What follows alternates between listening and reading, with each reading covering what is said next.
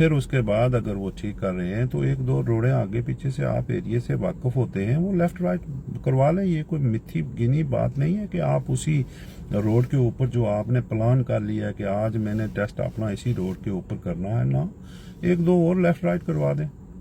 मैं आपको ये पहले बता चुका हूँ कि जब मैंने अपना किया था तो मेरा वापस लाते हुए 3-4 मिनट बाकी थे, तो मैंने कहा 3-4-5 मिनट में मैं डीब्रीफ क्या करूँगा वहाँ खड़े होके।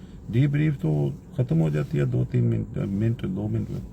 तो मैंने लर्नर को फिर बोल दिया कि we suppose to go left from these traffic lights but not going left, we go straight. तो वो 3-4 गलियाँ और बन गई मेरे लिए और लाइटें थी। वहाँ से वापस आके जब खड़े हुए तो 1 मिनट मेरे पास बचा, तो 1 मिनट में मैंने डीब्रीफ की है। और वही डीब्रीफ जो है वो 51 की है, वही है, उसी की बात कर रहा हूँ। तो वीवर्स, पार्ट 3 की जो ये चीज़ें हैं मैं आपको यहाँ पे बड़े अच्छे लेवल से करता हूँ, लेकिन ये सोशल मीडिया थोड़ा सा इस तरह से होता है कि जो चीज़ें आप बड़े आराम से वहाँ पे, ठीक है पेमेंट तो है उसकी, इतना महंगा भी नहीं है, 15-20 पाउंड से शुरू होती है और 30 पाउंड तक जाती है आपकी। तो उसके अंदर भी आपके फ़ायदे हैं कि आप अगर किसी और को रेफ़र करेंगे तो वहाँ से पता नहीं 20-30-40% आपको मिलता है। और ये आपके जो आप मंथली लेंगे तो वो थोड़ी और है प्राइस, अगर सालाना अगर एक बार आप ले लेंगे तो वो तो बहुत कम हो जाती है। तो ये आपके लिए घर बैठे बिठाए आप इसको पास कर सकते हैं, इसका इतना इशू नहीं है। और उसके साथ साथ फिर आपका एक लिंक बन जाता है हमारी कंपनी के साथ, हमारे ट्रेनर के साथ, और मैं आपकी इंक्वायरीज को फिर वहाँ से डील करता हूँ। अब वैसे बैठ के पूरा दिन मैं लोगों के फ़ोन कॉलें और उनकी डीब्रीफ और उनके जो टेस्ट के रिज़ल्ट हैं या उन्होंने क्या किया या उन्होंने क्या करना था वो तो मैं नहीं कर सकता हूँ, क्योंकि मेरा भी रोज़ी का एक ज़रिया है। मैं इन्हीं बातों से तो पैसे कमाता हूँ, यही मेरी जॉब है ना। आप इस चीज़ को जानते हैं कि जो इंस्ट्रक्टर हैं वो जो मर्जी दुनिया के हैं, लेकिन वो अपनी बातों के और सर्विसेज के जो गाड़ी है और आगे लेके जाते हैं उसके पैसे लेते हैं वो, और ख़ास करके बातें बताने के पैसे लेते हैं वो। और बाकी तो यहाँ पे हम कोई चूरन नहीं बेचते हैं। और तो जो लोग एकेडमी ज्वाइन करके आएंगे उनकी इंक्वायरी भी डील की जाएंगी। बाकी भी मैं कमेंट्स थोड़े बहुत लोगों के जवाब देता हूँ, ये नहीं कि नहीं देता हूँ, लेकिन जहन में रखना चाहिए कि ये और भी किसी की रोज़ी का मामला है। अब आगे चलते हैं और इसको थोड़ा और एनालाइज करते हैं कि आपके जो पर्सनल सर्कमस्टांसिस हैं वो आप उस दिन क्यों इतनी परेशानी में चले जाते हैं और क्यों इतना आप बोझ अपने सर पे उठा लेते हैं कि हमने इसको ऐसे करना था, ऐसे हो गया है।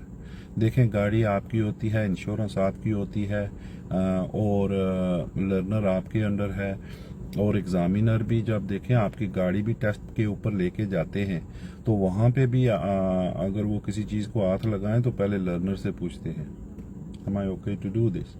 तो इसका मतलब ये हुआ कि जो चीज़ आपकी है उसी के अंदर आप बैठ के इतने सहमे सहमे और इतने घबराए हुए, और पता चलता है कि हम दुनिया के किसी और कोने में आ गए। आजकल तो वो दौर ही नहीं रहा है, अगर आप किस दुनिया के किसी और कोने में चले भी जाएं तो सब कुछ आपके पास है, कोई इतना बड़ा इशू नहीं है। और दूसरा ये है कि मौत अगर आएगी तो वो कहीं भी आपको लेके चली जाएगी, आपको छुपने की ज़रूरत नहीं है। आप अगर एक एरिया में हैं, एक एरिया से दूसरे में चले गए, 2 घंटे का लेसन अगर आप कर रहे हैं तो वो कहीं रोडों पे घुमा के ख़त्म करते हैं ना, एक जगह खड़े होके तो नहीं करते हैं ना, बाकी लोगों की तरह जो 15-20 पाउंड सस्ते भी हैं और एक गली में ले गए और वहाँ पे बस घुटने पे घुटना रख के किताबें निकाल के पता अपना भी उन्हें कुछ नहीं होता है और वो वहाँ पे टाइम ज़ाया करते हैं, और वही लर्नर पे स्विचिंग करके हमारे पास या तुम्हारे पास या किसी और के पास जाते हैं कि जी हम नहीं सीख रहे हैं, हमने पास करना है और हमें चलो 2-4 पाउंड महंगे से ही लेकिन हमें पास करवाएं जी, जान छोड़ें हमारी।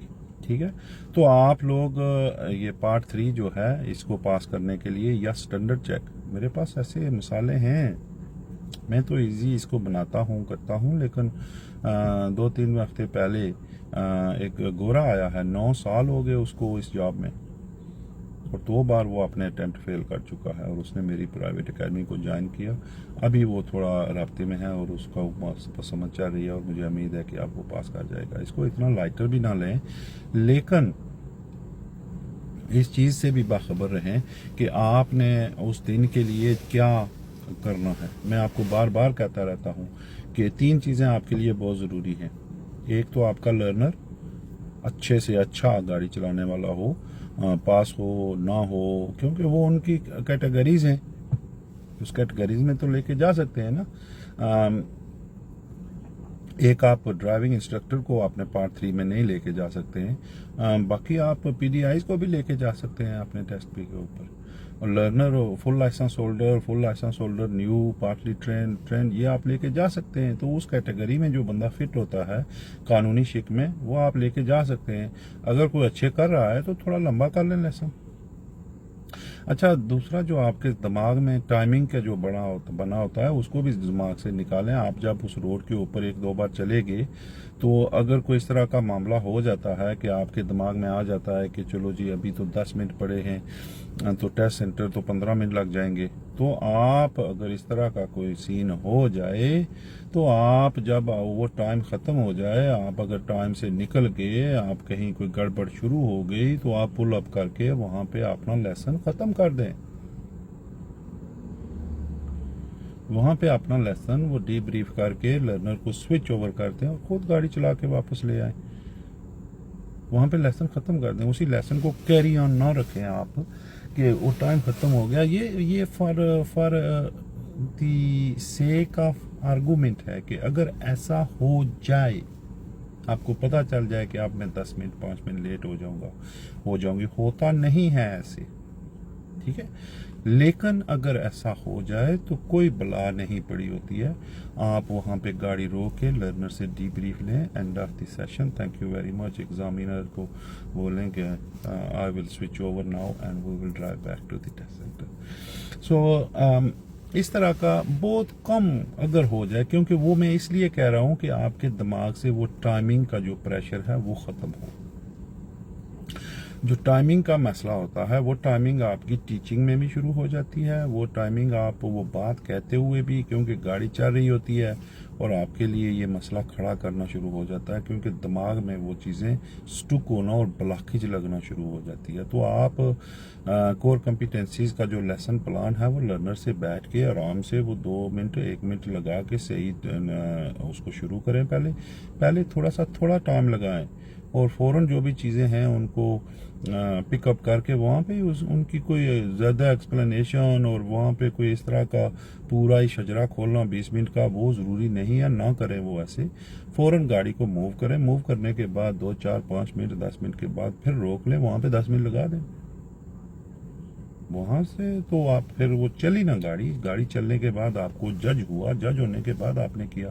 जब गाड़ी चली नहीं तो आप बातों से तो गाड़ी चलवा के नहीं ना उसको एनालाइज करेंगे और उसको वहाँ पे 20 मिनट लगाएंगे। गाड़ी चलने के बाद आपको पता चल गया जो कुछ हुआ, जो कुछ किया, ये ठीक है।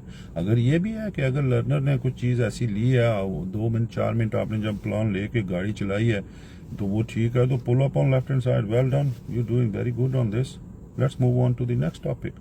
कोई और चूज कर लें, नॉर्मल ड्राइविंग कर लें, कुछ इस तरह का चीज़ सीन चला के कमेंट्री ड्राइविंग करके आप उनको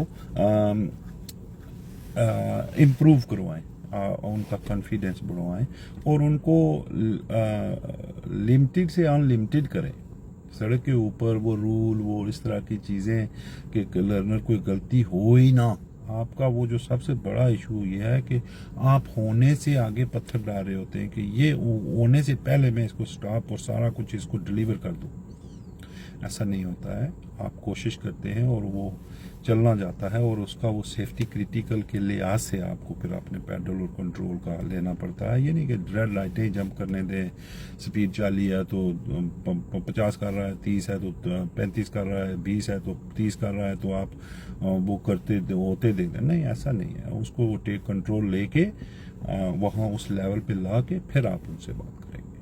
तो ये चीज़ें हैं व्यूअर्स, इनसे आपका हौसला बढ़ना चाहिए और एकेडमी को भी आप बड़े आराम से उन बातों को सुन के अपनी टीचिंग को इम्प्रूव करें, ताकि वो जब इम्प्रूव होगी वो आपकी लैंग्वेज बनेगी, वो आपका हौसला बनेगा, उसके ऊपर आपका कॉन्फिडेंस बनेगा, आपकी ड्राइविंग बेहतर होगी, आप खुद अपने आप को बेहतर करेंगे, अपने अल्फाज को वहाँ पे बेहतर करेंगे, तो तब जाके आपकी जो डिलीवरी है वो मज़े से होगी और फिर अगला एंजॉय करेगा, पीछे सुनने वाला भी एंजॉय करेगा और आप पास भी हो जाएंगे। Hope this out and thank you very much.